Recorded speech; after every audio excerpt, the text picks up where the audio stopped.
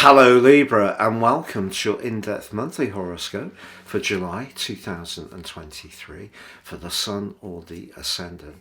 Going to give you some standout details to look out for to begin with, but please stay with me. I will explore in much greater detail all the ins and outs particularly relevant to your sign. Now, your ruler, of course, is Venus, and Venus is not in an exact conjunction with Mars, but they're pretty close together through the first 10 days of this month in your sector of friendship and future hopes, and also with the Sun high in the sky alongside Mercury on the first day. There could be some crucial discussions across the first week of this month which can influence your career in a particularly important manner. So much more to tell you about, including the true North Node returning to your sector of relating for the first time in 17 years. That can be really exciting over the next 18 months. Now, if you are a returning visitor, thank you so much for joining me once more. If you're new here, it's great to have you with us.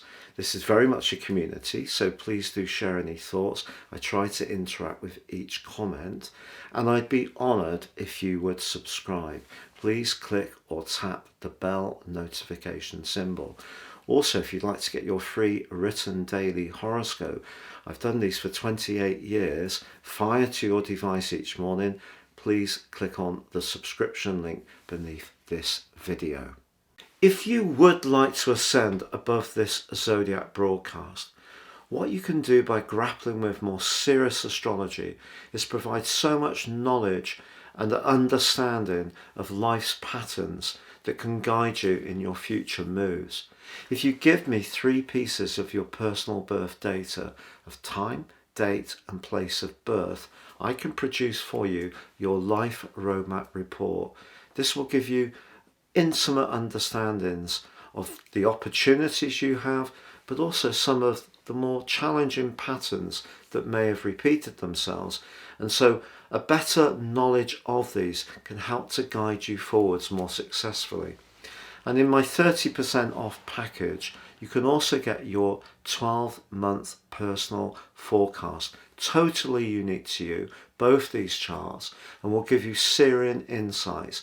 Please see the link below for more. However, if you don't know your time of birth, my solar package based on the Sun can still give you a considerable extra understanding that goes beyond this zodiac broadcast. So Libra, as you make your way into July, so the Sun and Mercury are in a tight embrace as we see it from planet Earth. This conjunction in traditional astrology is exact and known as a cazimi.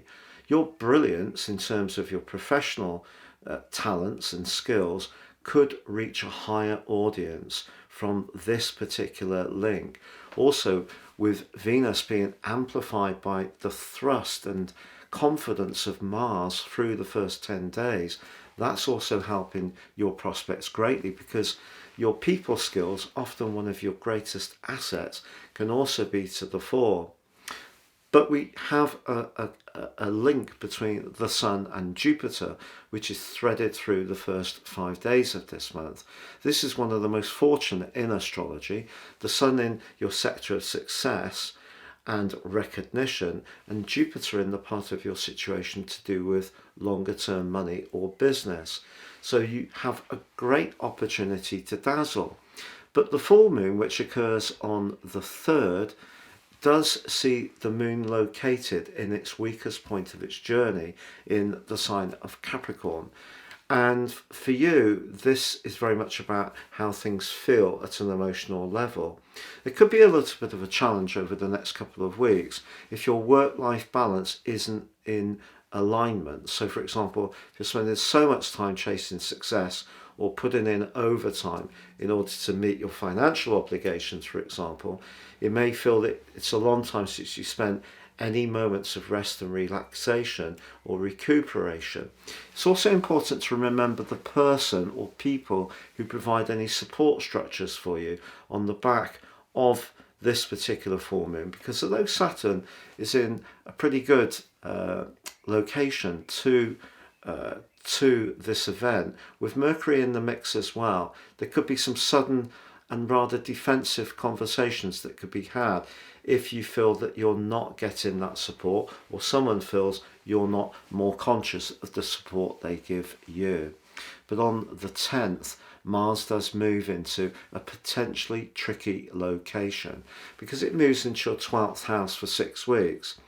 It's also going to go opposite Saturn in week 3, and I'm just telling you that straight away because it's quite a dramatic clash. If we think Mars is about thrust and Saturn is about restraint, Mars is saying go and Saturn is saying stop. So when that happens, that creates tension.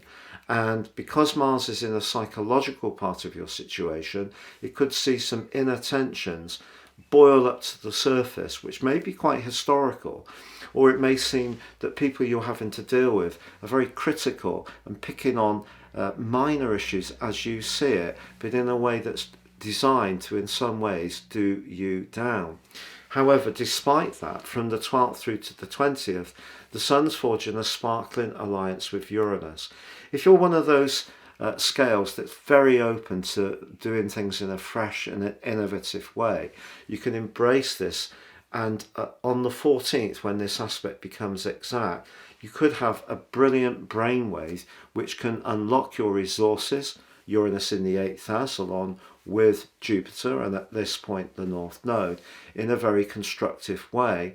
But you are being asked to perhaps use those resources or that knowledge or your skills in a fresh or different environment or way. So you've got to be open to do that.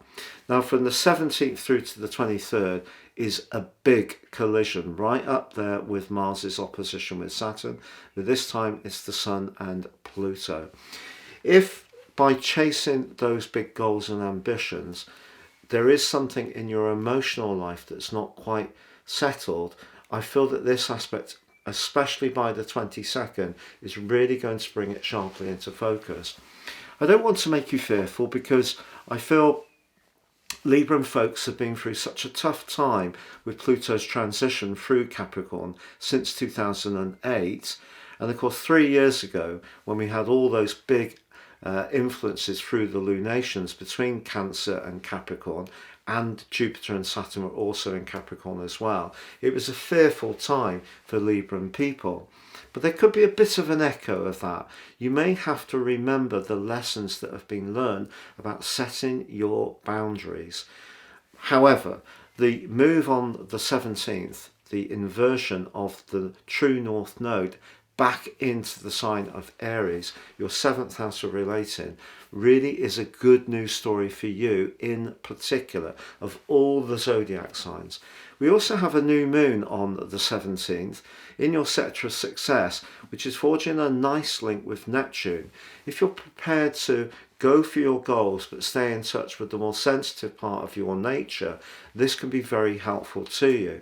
But that opposition between the Sun and Pluto is crested around this event, so just be aware that there can be some big politics.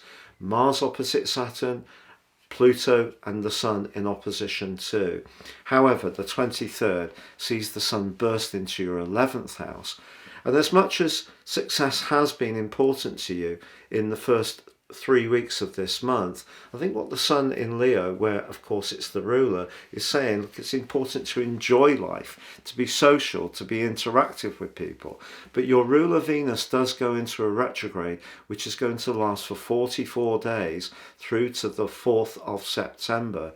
So when it comes to your social situation or someone you're drawn to, perhaps within your network, is there someone from your past who's going to come back into your thinking?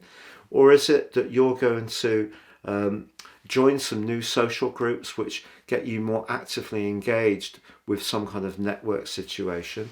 I think Venus is certainly going to give you a lot of food for thought about relationships, but critically also about money, because Venus isn't just about how we relate or how we dress or our appreciation of aesthetics.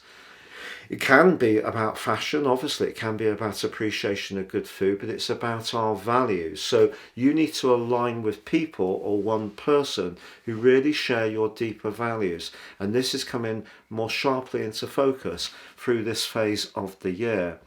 But also, as the month comes to a close, Mercury moves into your 12th house to join up with Mars. So if there is any unfinished psychological business, I feel that Mercury is going to flag it up over the following few weeks. It's also going to be going into a retrograde in the sign of Virgo, which will be the third of the year. But for you, this is asking you to get much more conscious of the psychological dimension. Now, Pluto can be a very revelatory influence. So in the fourth house, it's about home, security, family matters, and what you need, basically. So it can be to do with our vulnerabilities. Most relationships are predicated on some kind of need.